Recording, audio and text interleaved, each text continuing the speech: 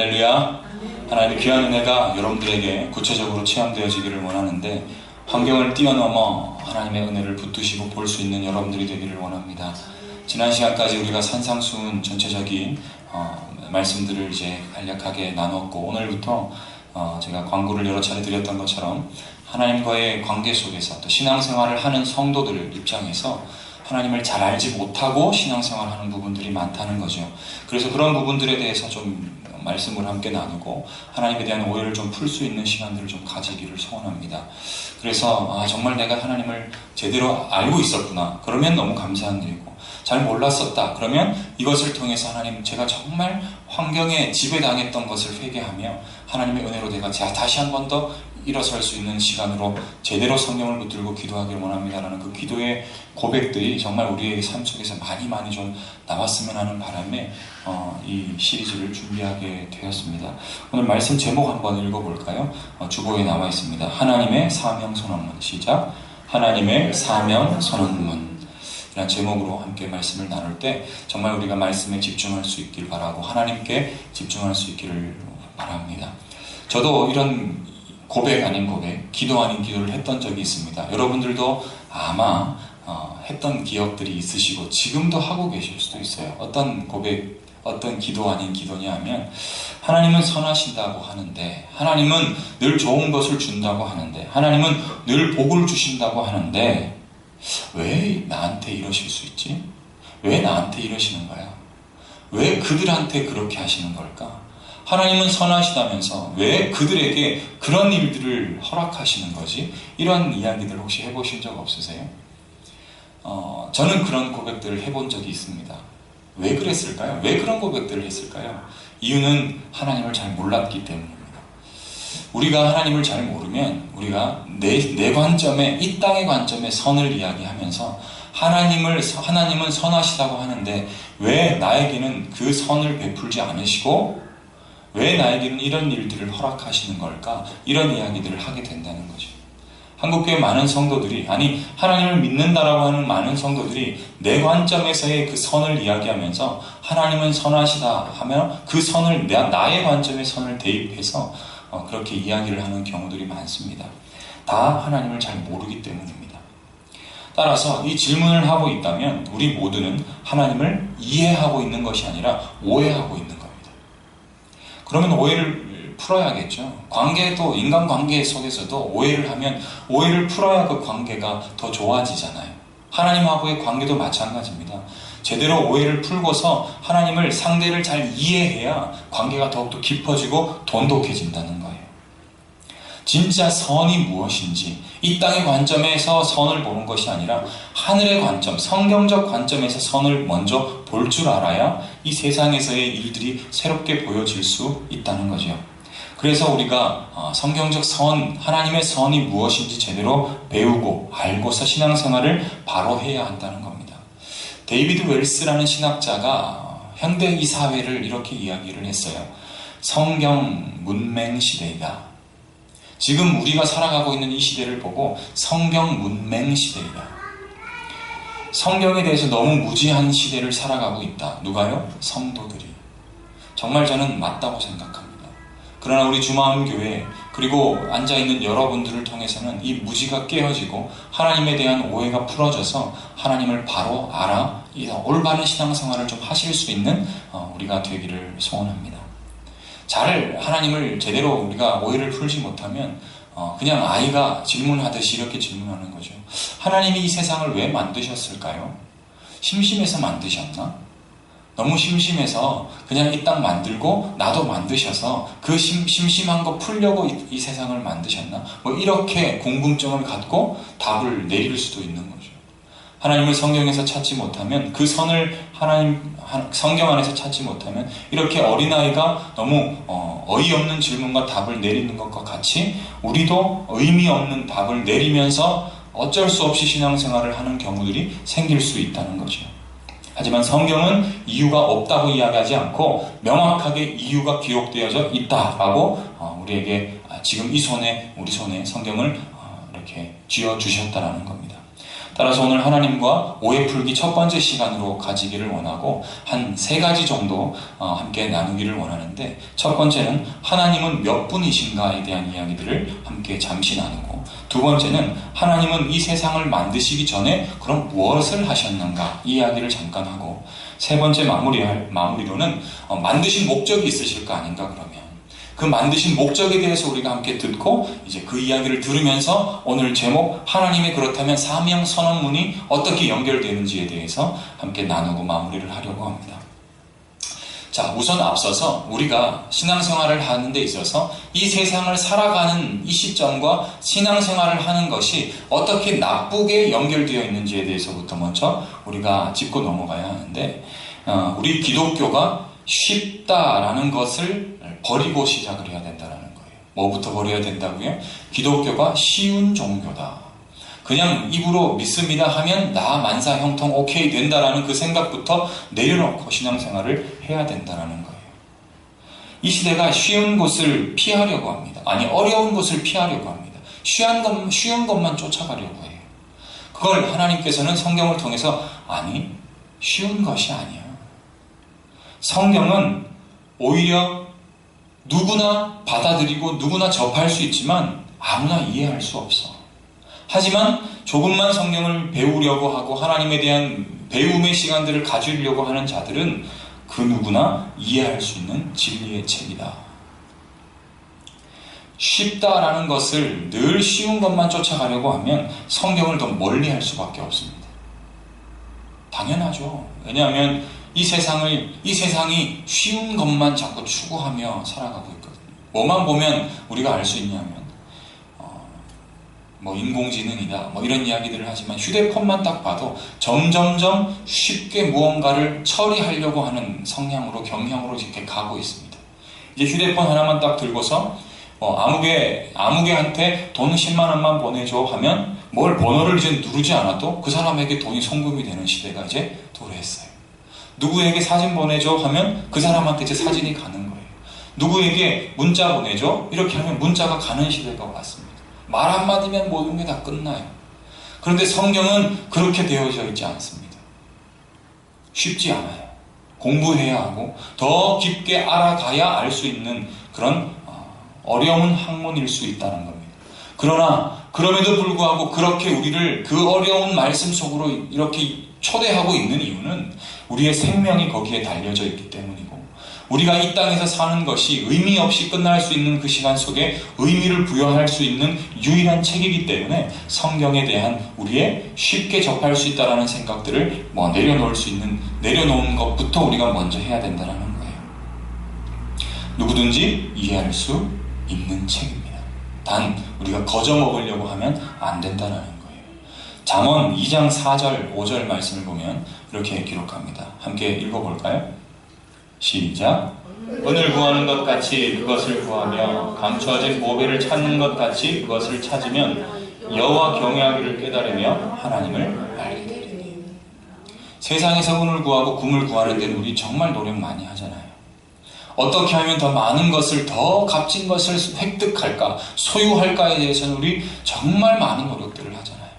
그런데 그런 노력으로 말씀을 찾으려고 하지 않는다는 거예요. 이 시대 성도들이 거저 먹으려고 하고 그냥 앉아서 내 귀에 좋은 이야기들만 들으려고 하는 데에서부터 하나님을 뭐 하기 시작하냐면 오해하기 시작하는 거예요. 성경을 모르면요, 우리는 무엇을 믿는지조차도 모르고 있고요, 복음이 무엇인지조차도 모른다는 거예요. 그냥 앉아만 있으면 다 된다라고 우리가 착각하면서 성경을 접하고 있다는 겁니다. 교회가 왜 타락했을까요? 왜 많은 사람들이 타락하고 있다라고 우리가 말하고 있을까요? 성경은 공부하지 않고 입으로만 따라하면 다 된다는 식, 입으로 따라해 보십시오 그러면 구원 받았습니다 라고 인정해주는 식으로 교회가 흘러가고 있기 때문에 그렇다는 거예요.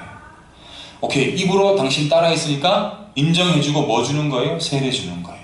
무엇을 확인하지 않고 자신의 삶이 거듭났다, 중생했다라는, 내가 다시 태어났다라는 것에 대한 확신이 없고서 당신은 그냥 입으로 따라했으니까 되었습니다 라는 식의 너무 쉬운 길로 가게 하는 이 시대의 기독교가 많은 성도들의 타락을 불러일으키고 교회를 타락하게 만들었다라는 거죠. 따라서 우리는 어느 생활에 더 집중할 수 있어야 되냐 하면 성경을 통해서 내 삶이 다시 태어났는가, 환경 속에서 내가 끊임없이 넘어지고 있는 이것이 내가 거듭남의 결과가 맞는가? 아니야. 나는 더 거듭나야 돼. 더 거듭나야 돼. 다시 나는 더 깊어져야 돼. 말씀으로 또다시 돌아가고 돌아가는 삶을 내가 선택해야 된다는 거죠. 거듭남의 신앙생활은 관심이 없는 이 시대, 하나님을 알아가고자 하는 관심은 어디에도 없고 그 갈망, 너무나도 목말라 하는 그 마음은 어디에도 없는 시대를 살아가고 있는 거예요. 지금 한국교회가 그걸 하기를 원하고, 지금 우리가, 아니 내가 그 삶을 살아가기를 원하는 거예요. 아니 살아가고 있는지도 모르죠. 에베소서 4장 15절 말씀은 이렇게 기록합니다. 한번 또 함께 읽어보겠습니다. 시작. 오직 사랑 안에서 참된 것을 하여 범사에 그에게까지 사하지라. 그는 머리 곧 그리스도라. 사랑은 뭐라고요? 참된 것을 하는 거예요. 정말 하나님의 사랑을 함께 나누는 교회는요, 참된 것을 가르치는 거예요. 근데 자녀를 가르칠 때 한번 기억해 보십시오. 옳은 것, 참된 것을 가르칠 때는 상대방이 아플 수 있습니다. 저희 아내가 저에게 많은 피드백들을 해줘요. 그런데 정말 좋은 이야기들도 있고요, 반대로 정말 아픈 이야기들도 있습니다. 맞는 이야기예요. 옳은 이야기입니다. 참된 것을 저에게 이야기해줘요. 그런데 저는 듣기 거북한 이야기들이 참 많습니다. 이렇게 안 해줬으면 좋겠다, 저렇게 했으면 좋겠다, 이 이야기들을 제가 들을 때마다 정말 마음이 상할 때가 한두 번이 아니에요. 왜요? 참되기 때문입니다. 그 참된 것을 왜 이야기할까요? 저를 사랑하기 때문입니다. 저는 여러분들이 정말 하나님의 사랑을 제대로 공급받았으면 좋겠어요. 그러려면 성경을 통해서 아파야 돼요. 제대로 하지 못할 때 성경을 통해서 이야기를 듣고 아파할 줄 알아야 돼요. 그런데 우리는 아파하려고 하지 않아요. 그냥 그냥 쉽게 넘어가려고. 그냥 환경 때문에 넘어질 때 저는 그냥 거기서 더 상처받을까봐 교회 안 나오는 사람들이 있을 때 괜찮아요. 근데 성경은 아니다 라고 이야기를 하고 있거든요. 사랑하는 여러분, 하나님의 사랑은, 참된 것은 성경 속에서 발견할 수 있다고 이야기합니다. 따라서 여러분들이 말씀을 통해서 참된 하나님을 소유하실 수 있기를 바라요. 진정한 사랑은 참된 것을 알려주는 것입니다.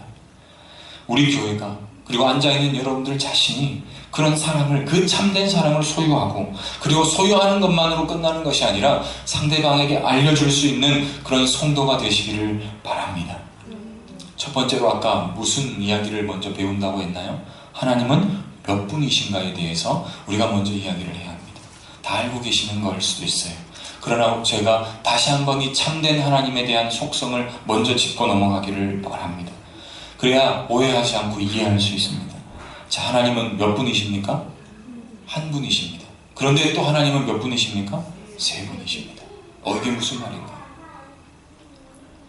자, 웨스트민스터 신앙고백서가 있습니다. 여러분들 들어보신 분들도 있고 처음 들어보신 분들도 계실 수도 있습니다. 그런데 우리 장로교회에서는 이 웨스트민스터 신앙고백서의 이 교리들을, 신앙고백의 진정한 성도는, 이 장로교 교인은 이 웨스트민스터 신앙고백서를, 교리문답서를 가지고서 신앙고백을 합니다라는 그 고백이 기본적 교리의 고백 문건에 다 들어있습니다. 자, 거기에 이렇게 하나님을 소개합니다. 한번 띄워봐 주시겠어요?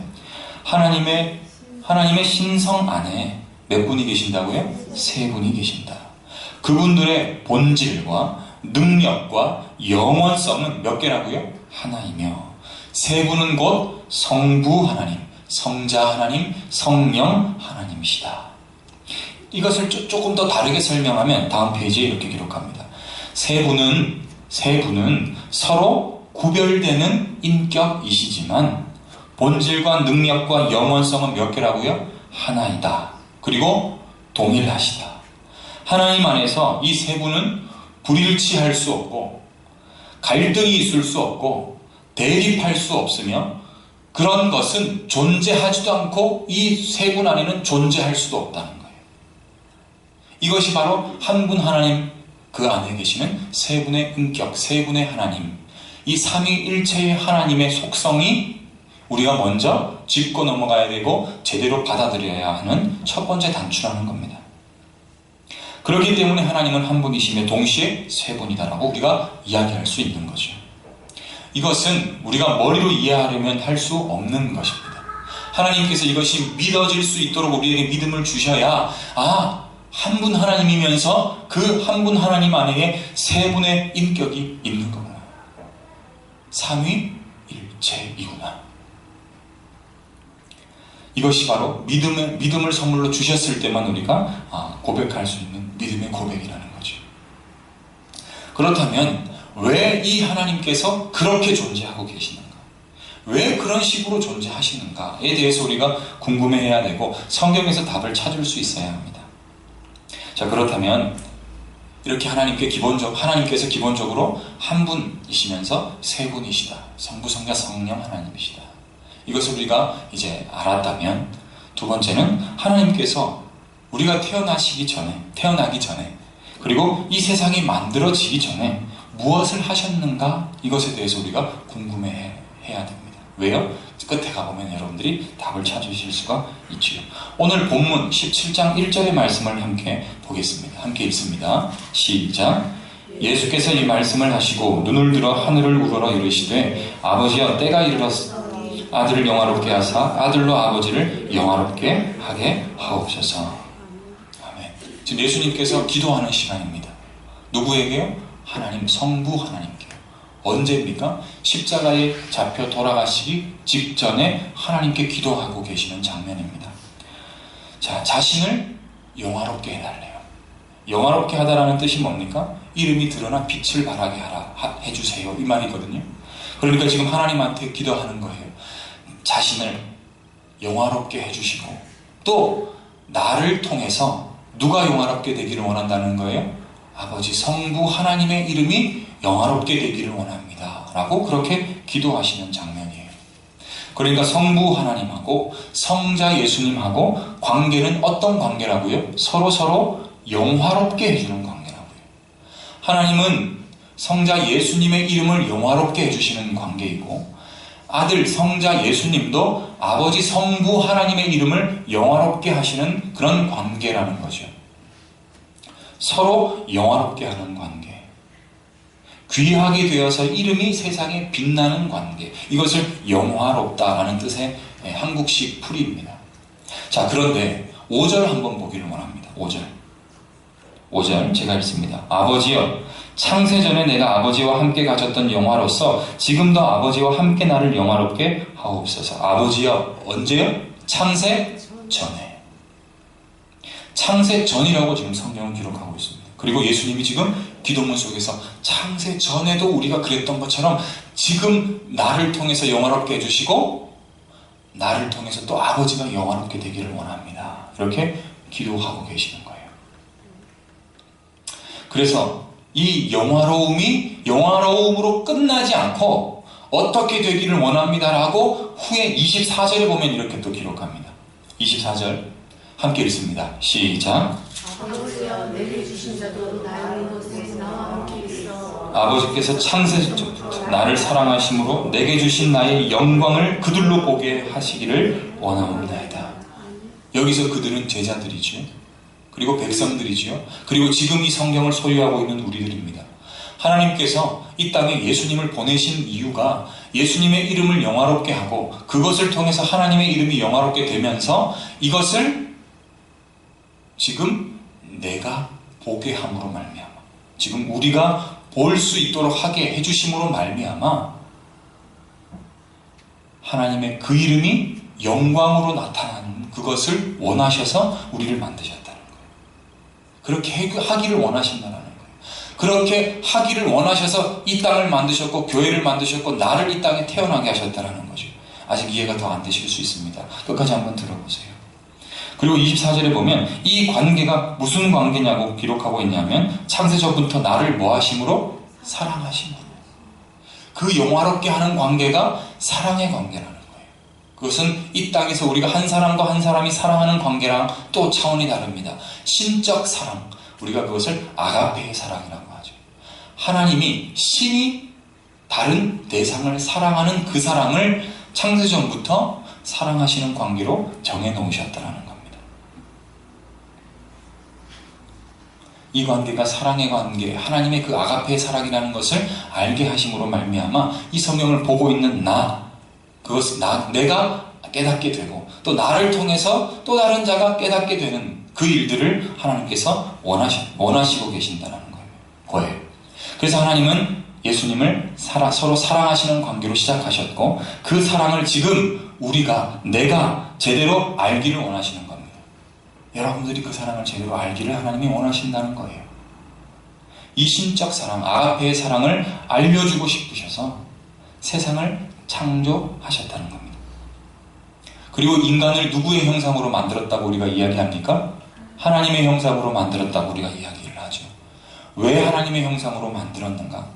창세전부터 함께 사랑의 관계로 서로를 영화롭게 영화롭게 관계하셨던 그 영화로움을 함께 나누고 싶으셔서 하나님의 형상을 닮은 모습으로 우리를 만드셨다는 거예요. 그 신적 사랑을 우리와 함께 하고 싶은 거예요. 그 영화로움을 나에게 알려주고 싶은 거죠. 그래서 하나님의 그 속성을 가진 인간을 창조하셨습니다. 인간들이 살아가야 하는 세상은 하나님께서 이유가 분명하게 있다라고 성경은 기록하고 있습니다. 그냥 만든 게 아니다. 그냥 아무 의미 없이 만든 것이 아니다라고 성경은 기록하고 있어요. 그래서 그렇기 때문에 하나님은 아담이 요청하지도 않았는데도 불구하고 누구를 만들어 주셨어요? 하와를 만들어 주신 거예요. 그럼 또 질문할 수 있습니다. 그러면 하나님께서는 왜 아담을 넘어지게 만들었냐?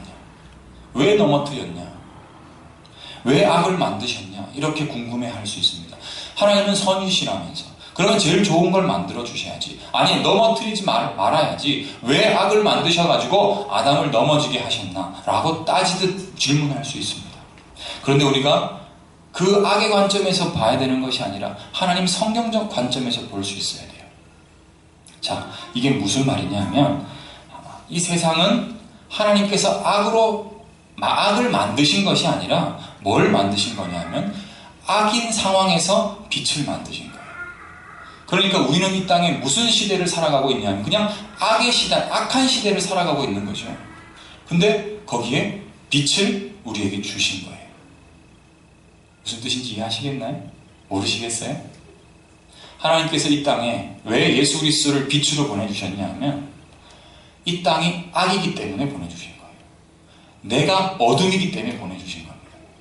그래서 예수 그리스도를 내 삶 가운데 이 시대에 나에게 빛으로 보내주셔야지만 악에서 눈을 돌리고 빛을 볼 수 있는 시간의 첫걸음을 우리에게 허락하신 것이에요. 이것을 우리가 이해하지 못하면 이것을 제대로 우리가 이해하지 못하면 그냥 왜 악을 나한테 주셨는가 이 질문을 계속하게 되는 거죠. 그러나 성경은 나에게 악을 준 게 아니라 악인 상황에 있는 나에게 빛을 주신 개념으로 이해하셔야 됩니다. 원래 세상은 사망이에요. 원래 세상은 지옥입니다. 원래 세상은 어둠이에요. 그런데 이 세상에 빛으로 예수님을 선물로 주셔서 창세전부터 하나님과 예수님이 사랑의 관계를 맺으셨던 것처럼 어두웠던 눈을 뜨게 하시고 사랑의 관계로 첫걸음을 뗄 수 있도록 나의 삶에 우리 주마음교회에 빛으로 함께 하기를 원하셨다는 거예요. 그래서 이 세상을 창조케 하셨고 이 주마음교회를 세우셨고 나를 이 땅에 태어나게 하셨다는 거죠. 영화로움이라는 단어가 이해되지 않고 어렵기 때문에 이게 무슨 이야기인지 선뜻 납득이 잘 안 될 수 있습니다. 그런데 하나님께서는 예수님과 하셨던 그 사랑의 관계, 영화로움, 서로를 이름을 빛나게 하는 그 관계를 나와 함께 하기를 원하신다는 거예요. 아무개 집사님을 통해서 하나님의 이름이 드러나기를 원하는 거예요. 하나님을 통해서 아무개 성도의 이름이 드러나기를 원하는 겁니다. 그것 때문에 이 세상을 만드셨다는 거예요. 자, 여기까지 하고 또 계속 한번 이어져 나가 보겠습니다.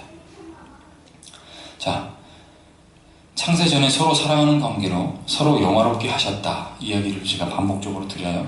그리고 이 세상을 만들면서, 다른 말로 나를 만들면서 그 영화로움이 나타나기를 원하신다. 그리고 드러나기를 원하신다. 그래서 하나님께 뭐가 되기를 원하신다? 영광이 되기를 원하신다. 하나님의 이름이 드러나기 위하여, 영광이 되기 위하여 나를 만드셨다는 거예요. 그리고 내 삶 속에 들어오셔서 빛으로 어둠에 있는 나의 삶을 이렇게 비추시기를 원하셨다는 거죠. 이것을 기쁨으로 여기는 자가 하나님의 영광이라는 겁니다. 자, 계속 들어보세요. 자, 정리하면 이렇습니다. 나를 만드신 목적은 세 분 하나님께서, 삼위일체 하나님께서 서로 누리셨던 진정한 기쁨을 나한테 주시기를 원하시는 것이다. 그리고 깨닫게 해주시기를 원하신다. 그 다음에 이 하나님의 사랑을 기쁨 안에서 사는 것, 서로 나누는 것, 모르는 자에게 하나님의 사랑을 나눠주는 것, 이것을 기쁨으로 여기는 자가 바로 하나님의 영광으로 돌릴 줄 아는 자다라는 것이죠. 그래서 이 영광이 하나님께서 영광으로 드러나시기 위해서 내게 그 빛을 선물로 주셨다는 겁니다. 따라서 이것이 이루어지기 위해서, 하나님의 이름이 더 영광으로 드러나기 위해서 하나님은 나를 떠나신다고요? 안 떠나신다고요? 절대 떠나지 않으신다고요. 마음을 놓지 마시고 끝까지 좀 집중하셔서 들어보시기를 원합니다. 하나님께서는 나를 떠나시기를 결정하신 적이 단 한 번도 없으세요. 왜? 하나님의 그 이름이 드러나야 되니까. 누구를 통해서? 나를 통해서. 결코 떠나시지 않겠다는 결정을 하셨다는 거예요. 왜요? 하나님의 그 이름이 나를 통해서 드러나야 되니까요. 예레미야 32장 40절은 이렇게 기록합니다. 한번 읽겠습니다. 시작. 내가 그들에게 복을 주기 위하여 그들을 떠나지 아니하리라. 영원하고 그들에게 세우고 나를 영향을 그들의 마음에 두어 나를 떠나지 않게 하고. 진정한 그 복을 주시기 위해서 떠나지도 않겠다고 말씀을 하십니다. 나에게도 그리고 그 마음을 주기를 원하시고, 그리고 나도 절대 떠나지 않게 하기 위해서 내 마음에 하나님의 마음을 부어주시겠다는 거예요. NLT 성경이라고 있습니다. 그 성경은 또 이렇게 번역을 하는데 또 한번 읽어보겠습니다. 시작. 내가 그들과 영원한 언약을 세울 것이며 그들의 영혼이었다. 내가 그들을 위하여 선을 베풀어 주는 일을 결코 그치지 않을 것이다. 그래서 그들의 마음에 나를 예배하고 싶은 열망을 만들어 줄 것이다. 그리고 그들이 나를 결코 떠나지 않게 만들 것이다. 마음에 하나님의 마음을 계속 풀어넣어줘서 예배하고 싶지 않은 마음, 하나님을 찾지 않겠다라는 그 마음에서 계속 돌려서 나를 찾게 하겠다라는 그 마음, 예배를 하고 싶어하는 그 마음, 더욱더 예배자로서 서고 싶어하는 그 마음으로 내가 계속 마음을 불어넣어줘서 결코 나도 너를 떠나지 않고 너도 나를 떠나지 않는 관계로 나를 만들어버리겠다는 거죠. 그게 하나님께서 나를 향하여 갖고 계시는 그 마음이라는 겁니다. 그래서 기독교는 인간이 하나님을 감동시킬 수 없는 종교라고 이야기를 하는 거예요. 다른 종교는 무언가를 해서 그 신의 마음을 바꾸고 감동시켜서 내가 원하는 것을 얻어내고자 하는 그런 종교로 그 신들을 섬기는 겁니다. 한번 보세요. 기독교는 절대 하나님을 감동시키겠다라는 마음으로 시작하는 종교가 아닙니다. 기독교는 하나님께서 나에게 찾아오셔서 어둠밖에 없고 악밖에 없고 지옥밖에 없는 그런 상황 속에서 나에게 마음으로 찾아오시고 빛으로 찾아오셔서 이제 관계가 사랑의 관계가 되어지고 인격으로 형성이 되어지며 하나님 한 분으로 내가 예배자로서의 삶을 살아가겠다라고 결단할 수 있는 그런 관계가 되어지는 것이 바로 이 기독교라는 거예요. 여러분들이 이 마음을 소유하실 수 있기를 원합니다. 아니, 소유하셔야 돼요. 그래야 이 땅에서 살아가는 데 있어서 의미 없는 삶이 아니라 의미 있는 본질인 삶을 살아갈 수가 있는 거죠. 그 한 분 하나님, 그 속성 안에 있는 세 분, 삼위일체 하나님께서 서로 교통하시고 서로 영화롭게 하셨던 거죠. 하나님께서 악 자체인 나를 찾아오셔서 감동시켜 주시는 게 바로 기독교입니다. 내가 하나님을 감동시키는 종교가 아니에요. 하나님을 신뢰할 때까지 끝까지 나를 감동시키시는 것이 바로 이 기독교입니다. 그 어떤 것과도 함께 놓을 수 없는 것이 바로 기독교 하나님, 유일신 하나님이에요. 비교할 수도 없는 하나님이 우리의 하나님이 되시는 겁니다. 왜요? 그 이름 안에 있는 영화로움을 나에게 선물로 주고 싶으셔서. 성경 몇몇 구절을 보면 조금 더 쉽게 표현을 합니다. 이사야 선지자가 46장 5절에 이렇게 기록합니다. 함께 읽습니다. 시작. 너희가 누구에게 비기며 누구와 짝하며 누구와 비교하여 서로 따라가느냐. 나는 그 어떤 것과도 비교할 수 없어요. 그 어떤 대상과도 같이 놓을 수도 없다. 그리고 출애굽기 15장 11절은 이렇게 기록합니다. 또 읽습니다. 시작. 여호와여 신중에 주와 같은 자가 아니니까 주와 같이 거룩함으로 영광스러우며 찬송할 만한 위엄이 있으며 귀한 일을 하는 자가 아니니. 출애굽시키신 하나님의 그 속성을 가지고 누구와 함께 비교할 수 있습니까? 하나님은 거룩하시며 그 누구하고도 함께 그 누구하고도 함께 놓고 이야기할 수 있는 존재가 아닙니다 라고 그들이 출애굽한 상황 속에서 고백하고 있는 거예요. 이 고백을 누가 하기를 원하신다는 겁니까? 내가 하기를 원하신다는 겁니다. 왜요? 함께 사랑의 고백들을, 함께 사랑의 대화들을 하고 싶으셔서. 다윗도 이렇게 노래합니다. 시편 86편 8절은 이렇게 고백합니다. 함께 읽습니다. 시작. 주여 신들 중에 주와 같은 자 없사오며 주의 행하신 것 같은 일도 없나이다. 없습니다. 그 어떤 것에도 없습니다. 그래서 저는 하나님을 찬양합니다. 아무리 이해하려고 하고 아무리 내 힘으로 해결하려고 해도 할 수 없는 것은 하나님만이 유일한 답이기 때문입니다 라는 것을 다윗이 지금 시편으로 찬양을 하고 있는 겁니다. 세상 중심으로 살아가고 악 중심으로 살던 나에게 찾아오셔서 무엇으로요? 성령으로 찾아오셔서 새 삶이 있다는 것을 나에게 알려주시는 겁니다. 예배를 통해서, 성경을 통해서. 그랬더니 악 중심으로, 세상 중심으로 살아가지 않겠다라고 고백하는 자들이 성도들 중에서 생겨나기 시작하는 거예요. 왜요? 하나님의 그 속성, 그 이름의 뜻을 깨닫기 시작하는 거죠. 하나님의 그 마음을 내가 이제 알 수 있게 되었다. 그래서 나는 너무 기쁘다. 그 누구하고도 이제 비교할 수 없다. 그 어떤 상황과도 나는 함께 놓지 않겠다. 왜요? 하나님이시기 때문에. 여러분들이 이 하나님의 속성, 이 하나님의 깊이 있는 하나님의 사랑, 이것들을 여러분들이 예배 가운데, 기도 가운데, 믿음의 고백 가운데 깨달아져서 새로운 관점으로 그 어떤 것으로도 나는 지배당하지 않는다. 왜? 내 안에는 하나님의 속성이 있으니까. 하나님께서 나에게 그것을 깨닫게 해주고 싶으셔서 나를 떠나지도 않으시고 나로 하여금 하나님을 떠날 수도 없게끔 내 마음에 찾아오셔서 나에게 그 하나님의 신적 사랑을 부어주신다. 그 아가페의 사랑을 부어주셨다. 이것을 깨닫는 자가 성도라는 겁니다. 첫 시간이라 모든 것에서부터의 완벽함을 여러분들이 좀 이해하고 끝을 내려고 하지 마시고 오늘 이 말씀으로 한 가지만 좀 여러분들이 가지고서 마무리를 했으면 좋겠는데, 하나님이 그 하나님의 사랑, 내가 이해하지 못하는 그 하나님의 사랑을 나한테 깨닫게 해주고 싶으셔서 내 안에 찾아오셨다라는 거죠. 그리고 그것이 하나님의 사명이라는 것을 우리가 기억해야 합니다. 오늘 제목 하나님의 사명 선언문이라는 것으로 제목을 정해놨는데, 왜요? 왜 그렇게 정했냐면, 여러분들 주보 뒤에 보시면 오늘 말씀 본문 중에서 말씀 본문을 끝내고 나서 하나님의 사명 선언문, 나의 하고 가로에 거기에 뭐라고 적혀져 있죠? 하나님이라고. 그러니까 하나님 당신, 나는 나의 최고의 사명이 있는데 밑줄 되어 있고 누구를 섬기는 것이다 라고 되어 있어요. 하나님의 사명 선언문이 있습니다. 근데 누구를 섬기는 것이 하나님의 사명이래요. 하나님의 사명 선언문이랍니다. 거기에 누구의 이름이 들어가야 돼요. 누구의 이름이 들어가야 돼요? 바로 나 자신의 이름에 거기에 기록되어져야 돼요. 하나님의 사명이 있어요.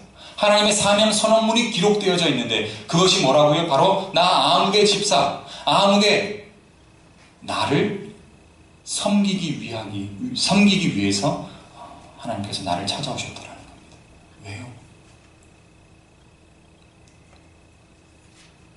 하나님께서 나를 너무 그 하나님의 그 아가페의 사랑으로 사랑하고 계신다는 것을 깨닫게 해주고 싶으셔서, 이걸 깨달으면 관계 속에서 비틀어지고 관계 속에서 상처받고 내 생각이 나를 지배하려고 하고 여러 가지의 세상적 관점이 나를 이끌고 가려고 하는 것에서부터 나는 떨어질 수 있습니다.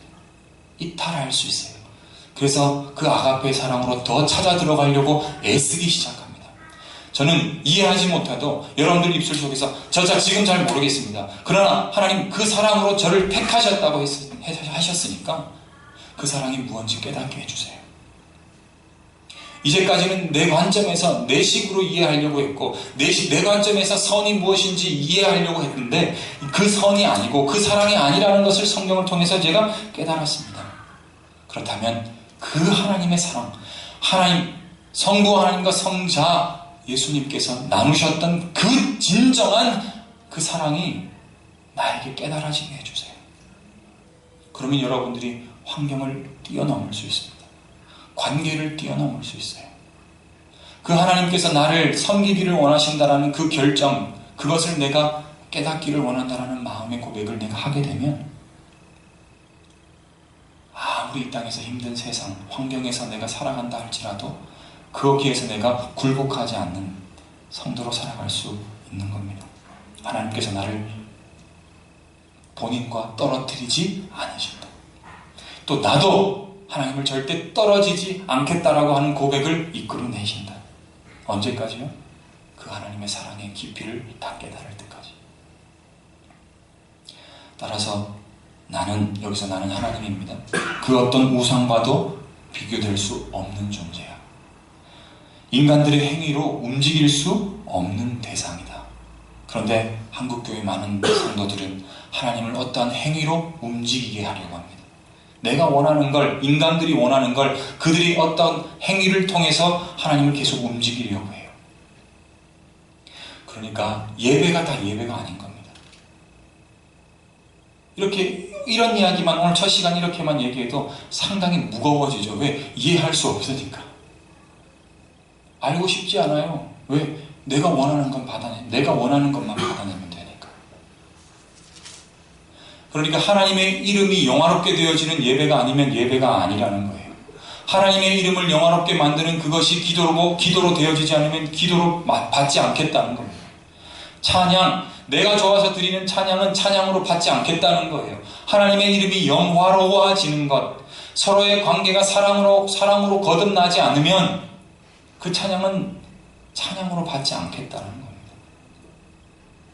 그렇다면 이 땅의 한국 교회가 정말 윤리 도덕적인 것으로만 풀어내고 있는 교회의 설교라면 그 교회의 설교는 하나님이 전혀 설교로 받지 않는다는 거예요. 예배로 받지 않는다는 겁니다. 왜? 하나님의 이름이 없으니까. 영화로움이 없으니까. 서로의 신적 사랑의 그런 교감이 없으니까.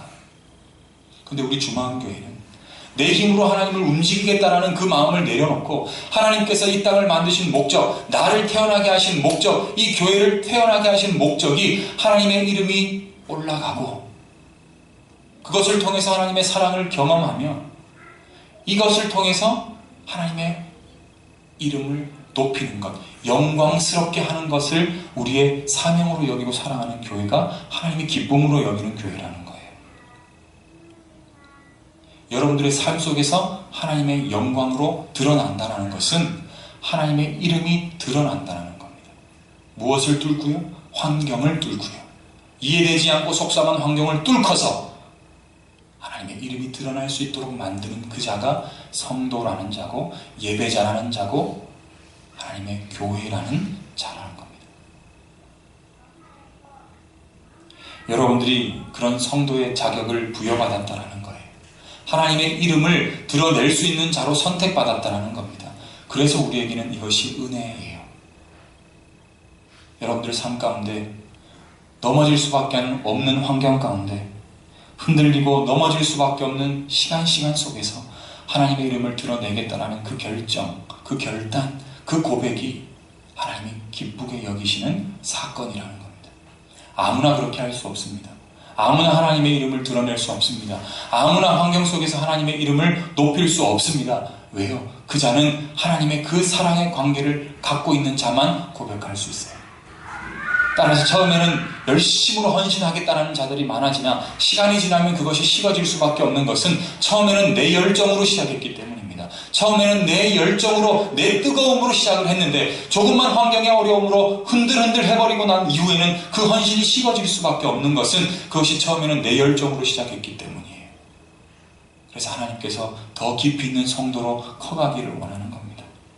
그래서 예배 시간에 선포되어지는 말씀으로 더 깊이 있는 하나님을 갈망하고 더 깊이 있는 하나님을 찾기를 원하시는 거예요. 여러분들이 그런 성도가 되기를 원합니다. 누가요? 하나님이 그걸 원하신다는 거예요.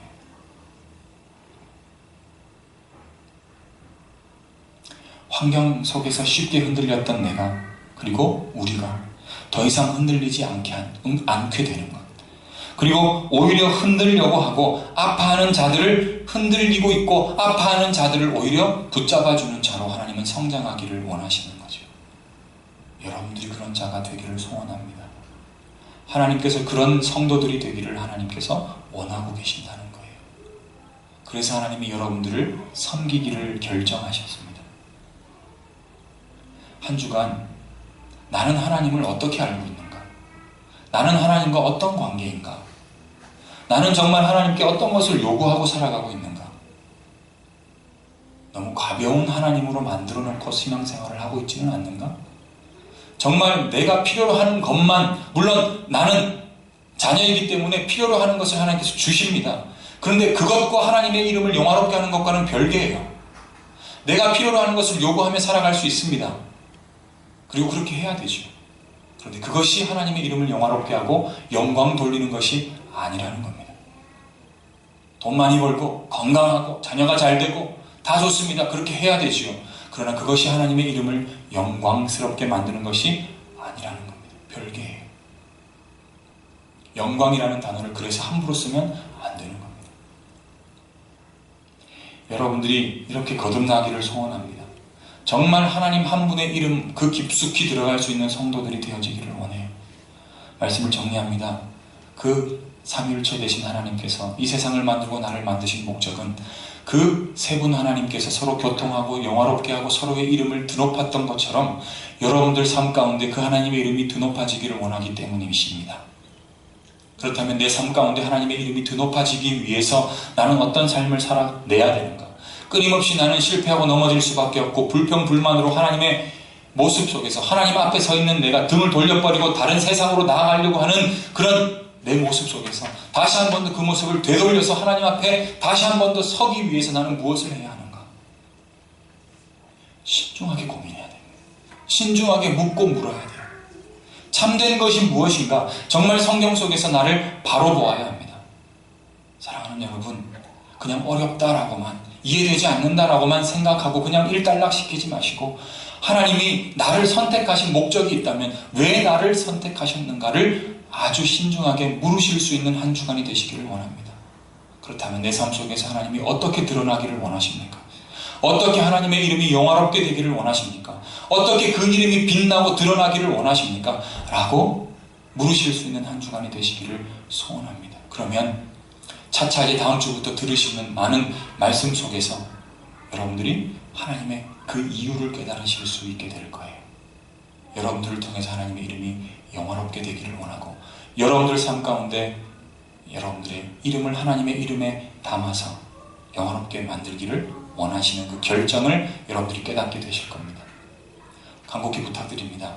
그냥 무슨 말인지 모르겠어 라고 일단락시키지 마시고 시간마다 하나님 내 삶 가운데 하나님의 이름이 진정 그 하나님의 사랑의 깊이로 깨달아지게 해주세요. 그래서 환경 따위가 하나님의 이름을 지울 수 없다라는 것을 내가 깨닫게 해주세요. 하나님이 나를 선택했다라는 그 결정이 정말 위대한 결정이었다라는 것을 내가 깨닫게 해주세요. 참된 것을 다 알려주세요. 라는 그 고백을 하실 수 있는 여러분들이 되시기를 원하며 하나님께서 여러분들을 붙들고서 진정한 하나님의 은혜로 걸어 들어가시며 은혜를 누리실 수 있는 여러분들이 되시기를 주님의 이름으로 축원합니다.